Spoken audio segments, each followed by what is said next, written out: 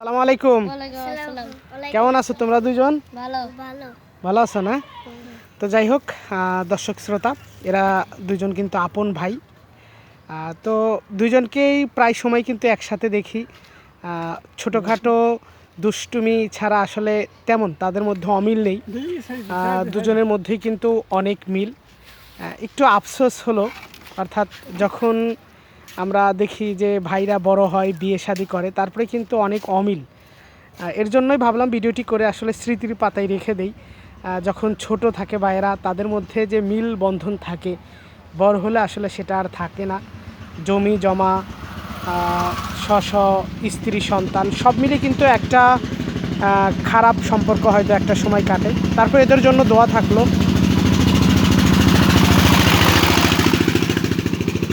তারপর এদের জন্য আসলে দোয়া থাকলো যেন এই দুই ভাইয়ের মধ্যে সবসময় মিল মহব্বত থাকে।